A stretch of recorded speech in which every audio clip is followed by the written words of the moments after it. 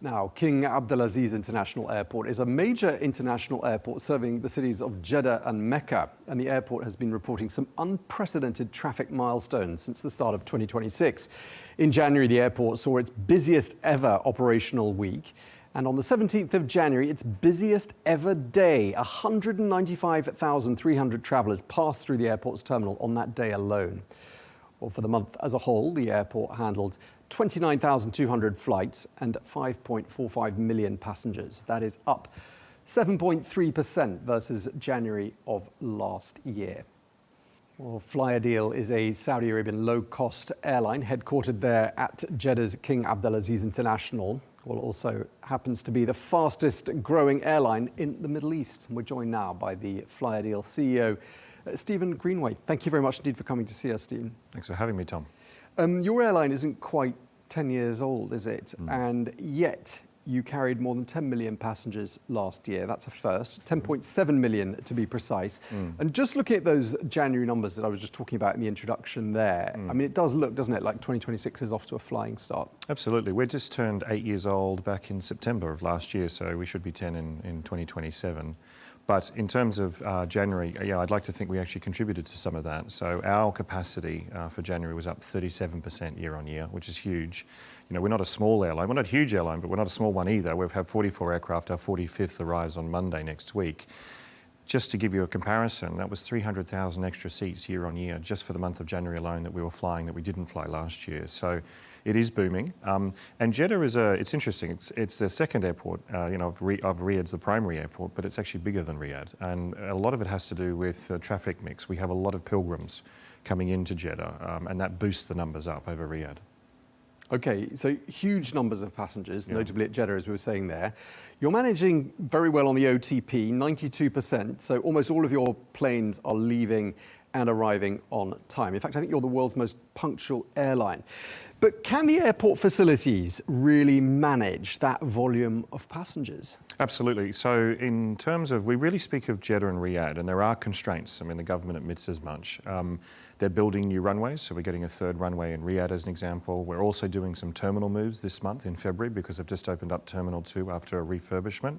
So Riyadh has got a pathway to be able to lift capacity, and Jeddah is very much the same. They're shutting down the North Terminal and renovating that, and also expanding other facilities as well. So they are investing, and we do desperately need that because there are going to be constraints over the next couple of years without that investment. So we're looking forward to, hopefully, no constraints over the next couple of years.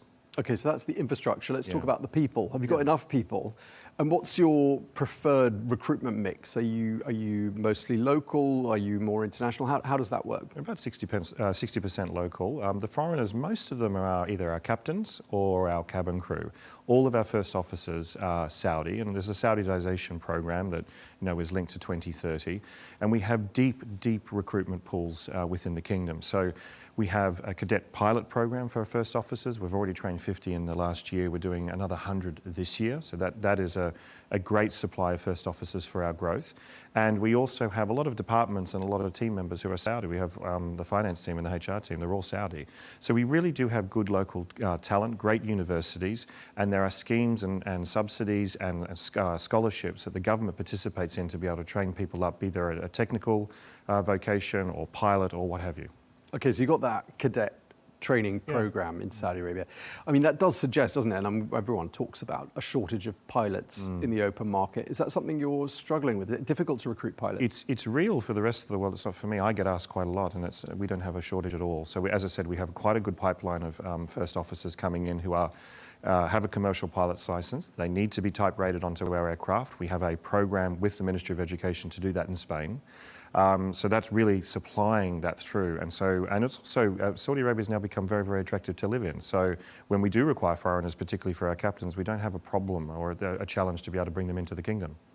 Okay, talk us about the training that you offer your people. What sort of training, refresher courses do you offer people over and above what is mandated by the industry? For pilots and cabin crew? All throughout the Flyadeal. Well, for pilots and cabin crew, we have a partnership with Prince Sultan Academy, and that's actually owned by the Saudia Group. So this is where the group comes into play. Saudia Group is actually 9 companies. One of them is the training company, Prince Sultan Academy.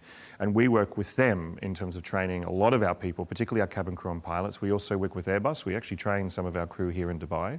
And we also train our crew in terms of our first officers overseas in Spain to get their type rating as well. In terms of our own personnel, in terms of head office and so forth, there are many schemes that we can participate in terms of government schemes that actually improve and enhance their capabilities in terms of skills training. And you've got a program, haven't you, I read, that is to train cabin crew to become officially registered tour guides. What's the rationale there? Well, it's a partnership with Saudi Tourism, and you know, anyone who's been on the ground in the kingdom will tell you how proud the Saudis are, and they want to shift the narrative in terms of the country. They want people to come and visit Saudi Arabia and see for their own, with their own eyes, how beautiful the country is, how dynamic the country is. And then that partnership was structured with Saudi Tourism that we thought our best advocates are our cabin crew. And we've trained up some of our Saudi cabin crew as an initial batch of 10 to be able to impart knowledge. So if someone's traveling to Alula, as an example, on one of our aircraft, they can give recommendations and tips in terms of what they should do on the ground. Okay, you're in a challenging industry. We've already talked about the difficulty of finding pilots, although you're saying that's not a particular challenge for Flyadeal. No. One of the other big problems for airlines is finding aeroplanes. And there are a lot of reports circulating about some pretty major orders in the pipeline in Saudi Arabia, not necessarily Flyadeal ones, but at the moment, you've got 44 aircraft, I think, at the moment. Yes, is that right? right? Yeah. What's on order, and what are your plans to grow the fleet? So I think the kingdom has something like 600 or so aircraft on order over the next 4 to 5 years. Now, part of that is our order book. We have 44 aircraft at the moment. 45th arrives in a couple of days. And we have an expansion plan over the next 3 to 4 years that gets us to just shy of 100 aircraft, actually 98. And that is a mix of short haul in terms of our 320s and 321s, and also now long haul in terms of our A330s, which will allow us to do give us true global reach, I suppose. So in a very, very short amount of time, we're going to be more than doubling in size, but also capability in terms of being able to stretch our network further. Okay, talk us about the diversity of your fleet. You've erred on the side of A320s up until now. Yes. 10 A330s on order. What's the ideal mix? I mean, wouldn't it have been better to just stay with A320s? Yeah, absolutely. But you've got the A320s, which just punt, we punt around the GCC and so forth, and they're fantastic aircraft and they fly domestically. 321s are coming on board, through 240 seats, a little bit longer range. They can get us down to India and Pakistan really, really economically, and our unit cost decreases by about 18%. The 330s is one of those decisions we had to make. Do we want to make our business complex, or do we really want to be able to stretch our capability? And that came about because in its singularity, the kingdom is quite different from many other operating markets. Number one is we have a lot of labour traffic coming into the kingdom, people who build buildings, clean the streets, et cetera, from all around the world. That's a huge, high volume but low yield market, which is perfectly suited for us. The second is religious traffic. I hinted on that in terms of Jeddah. But you've got 2 billion Muslims around the world, and obviously we're at the centre point of the Muslim religion in terms of Mecca, and bringing those individuals into the country so they can have a pilgrimage. So again, another core target market that's quite specific to Saudi Arabia, and therefore that tilted us in terms of making that decision. It does bring in a little bit of complexity into the business for sure, I accept, in terms of having a second aircraft type. But the volumes are so large, we can't ignore it. If we didn't do it, someone else would. Right, a lot of airlines facing order delays. I mean, has that impacted you, and is that part of the rationale behind diversifying the fleet? No, I mean, if we would go with another supplier, I suppose. We're with Airbus. We have doubled down on Airbus with the Airbus 330 that we've ordered as well. We did have issues last year. We had 4 of our aircraft actually quite delayed, missing seats, missing engines, and so forth, and delayed production. The last 4 aircraft in the second half of the year actually were delivered on time, so I have to acknowledge that. I actually sat with Airbus here in Dubai only recently, past 2 days ago, and it looks like our order book is holding firm at this moment in time, but anything can happen. It is very, the supply chain is very, very constrained at this moment in time, and I suppose all you need to do is have the wind blow a little bit, and all of a sudden you've got a delay. However, our orders for this year, the 45th aircraft, which I've spoken about, is on time. But I also have to put a footline in that and a caveat. When I say on time, it's already on the back of a number of delays already. And unfortunately, we had our 321s delayed, which were meant to be starting to deliver this year. We have 39 on the order book. Unfortunately, they're not coming until 2027 now. So that was a bit of a difficult pill to swallow. Okay, let's talk about destinations for a moment. Yeah. 43 destinations as things currently stand. They all seem to be short, medium haul. Yeah. For now, and you've got 5 new destinations in Pakistan that you're serving. Syria is a market that's opened up for you in the last year or so. Where are you going to focus next?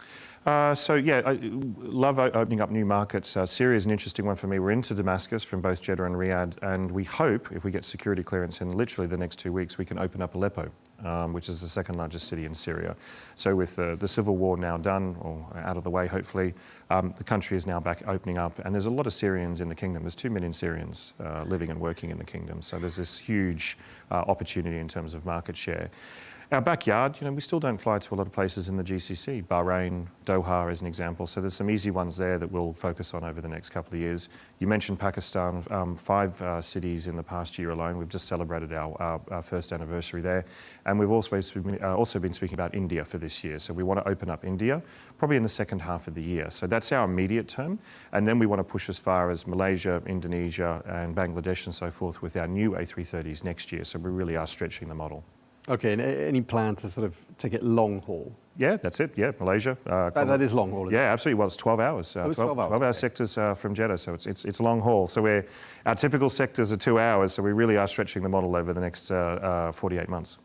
Okay, now your product is an all-economy cabin. Yes. How are you going to diversify the product? Will you diversify the product offering? So on the 320s and 321s, no. We have 186 seats on our 320s and 240 on the 321 when they arrive next year. High density, but it brings our costs down, keeps our unit costs low, and allows us to be able to deliver a cheap fare to consumers, and that's what we're all about. With the 330, because it's just a bigger plane, we're able to do more things. We will have a small premium cabin on board, and we will have different seating products down the back as well that people can choose from. Just simply because the plane's much larger, you can offer different seating types and so forth on the aircraft.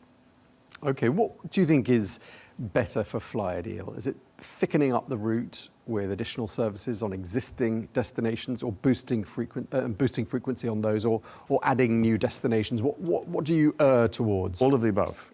We've got such a big order book that we can do both. So if you have a look at, say, Jeddah Riyadh, we have 25 flights a day each way on Jeddah Riyadh. And we will continue adding flights. I wouldn't be surprised in the next 12 months we'll be up to 30. So literally more than 1 flight every hour of the day. And our competitors are doing the same. So we always look first and foremost as where we can thicken up, where we can double up, triple up, etc., because you want that network depth. That said, though, there's a limit to that, obviously, in terms of saturation, and we look for new routes, and most of our new routes are coming from international. So those 321s that I spoke of for next year and so forth, they really allow us to do very economical flying to the subcontinent, as an example. We can get up to southeastern Europe. For example, it's only 4 hours away from Jeddah. So there's a lot of options on the table. But first and foremost, absolutely right, we want to really go deep on the routes that we currently have. But even then, you've got to be careful of saturation. And we also want to expand internationally. Our international footprint is only about 25% of our total capacity at the moment. We want to get it to 50% in the next 2 to 3 years.